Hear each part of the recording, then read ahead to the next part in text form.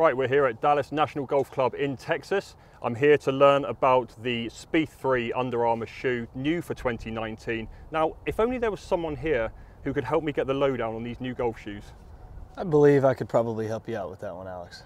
I think you probably can. Right, Jordan, thanks for being in that little skit with us. I think the sitcom is in the bag, so we'll have that out next year. That's right. Right, I tell you what, I'm going to ask you a few questions about the golf shoe. I think instead of us just standing here chatting, I'm going to step to the side, let you hit a few golf shots, and just show it off. Sure. Yep. Happy? Absolutely. Good. Sounds good to me. A few 7-irons. Yep, 7-iron's good. So the first thing I think about when I look at this golf shoe is it's a very good-looking golf shoe. Perhaps something you don't always get in a golf shoe. How much input did you have when designing the golf shoe? So with the Spieth 3 here, I had a lot. About 2 years worth of input from the initial renderings.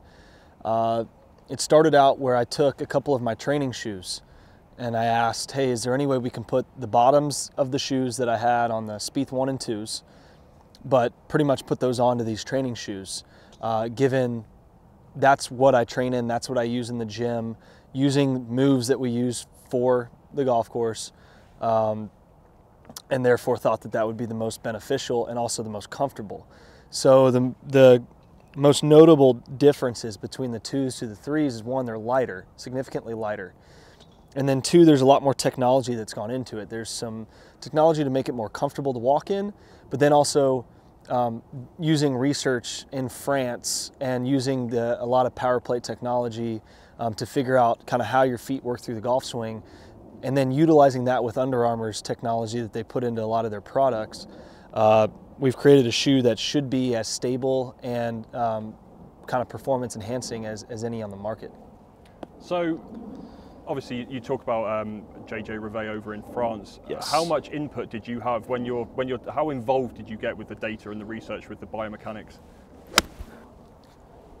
I kind of left that to the experts, to be honest.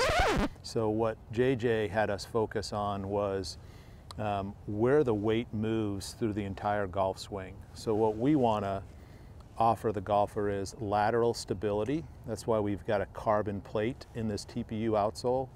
And then medial flexibility.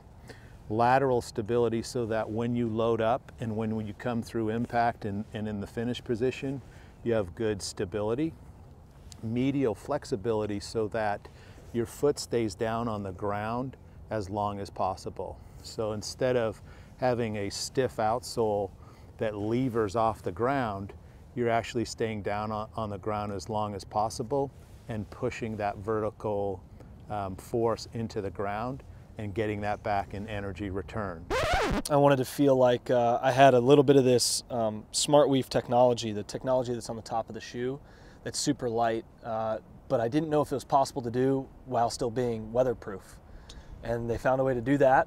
So then we just left it up to the experts, with JJ and Mike Forsey to go over there and do all the research that they needed to with other golfers to figure out how to use what they discovered, they didn't discover, but the Hendrix torsion bar, part of your foot that is responsible for all the torque and the movement of the foot, to not only not distract from that movement, but also actually improve that movement, make it a little bit easier to do in a shoe. Because golf shoes historically have just been dress shoes with spikes on them, and we believe that these are athletic and use what everyone has now essentially figured out in the last bunch of years now, that all that force and stability comes through the ground in the golf swing. So this shoe should actually help me out. And this is all selfish, right? Like, I wanted a shoe that selfishly gives me a competitive advantage over my peers. And if it gives me an advantage, it should give the consumer one as well. So you talk about being lower to the ground. Just explain a little bit why that is so important in a golf shoe for you. I wanted to feel almost like I was barefoot with a little extra stability. I wanted to feel onto the ground. It helps me with alignment. It helps me with the feel as I kind of feel the lies I'm on, as I'm reading greens. It just feels like I have better grip. And so when I have more kind of feel to the ground, it helps me in a lot of different cases. So we've got these rotational resistance spikes, which Yeah. we've never seen before in a golf shoe. They're very different looking to the normal spikes you would see in a golf shoe. So what is it about this technology that makes you believe in it? So they're on the outside, as you can see, they're on the outside of the foot on that right side, and they're combined with this this graphite plate that's in here, and that adds that tremendous amount of stability. So these spikes on the outside actually have a little bit of extra grip to it. So as I load into the right side, it keeps you on the inside of your right leg, which is where you need to be when you load your weight into the right side. And then once you do that, the inside of the shoe has a lot of the flexibility, and that helps you kind of torque right off that right foot. So it's really in the load and then the movement back in the weight transfer at transition into the left side.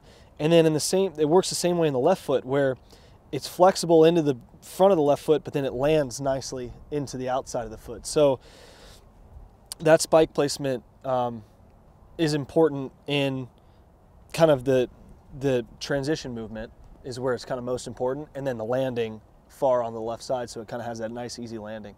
And that's the same for every shot, from a wedge up to driver? Yeah, sure. I mean, obviously the harder you're swinging, the more you need that. You don't really need that in your short irons, your wedge play, but as you get in and you're hitting a bunch of drivers, or you get into some, say an open championship, you get into some elements and maybe the grass is a little bit wet, but it's still firm ground where it's real slippery. Yeah. When you're swinging it, some guys are swinging up to 125 miles an hour type thing. I'm not, but at 115, that's a lot of torque in the ground. That's a lot of ground force, and you need that weight transfer to be as clean as possible. Okay, so why don't we hit one drive? Okay. Show off the full potential of the shoe. Okay. I've got a T-peg here if you want. Okay, great. That's perfect. One I bought earlier.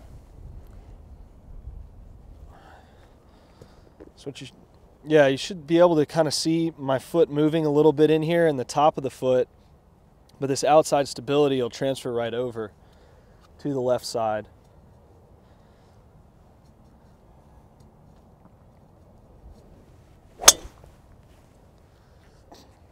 Knuckleball, but it'll do. I mean, if they can make me hit the golf ball like that, then I think you're already winning. That was only the shoe. That's all it was.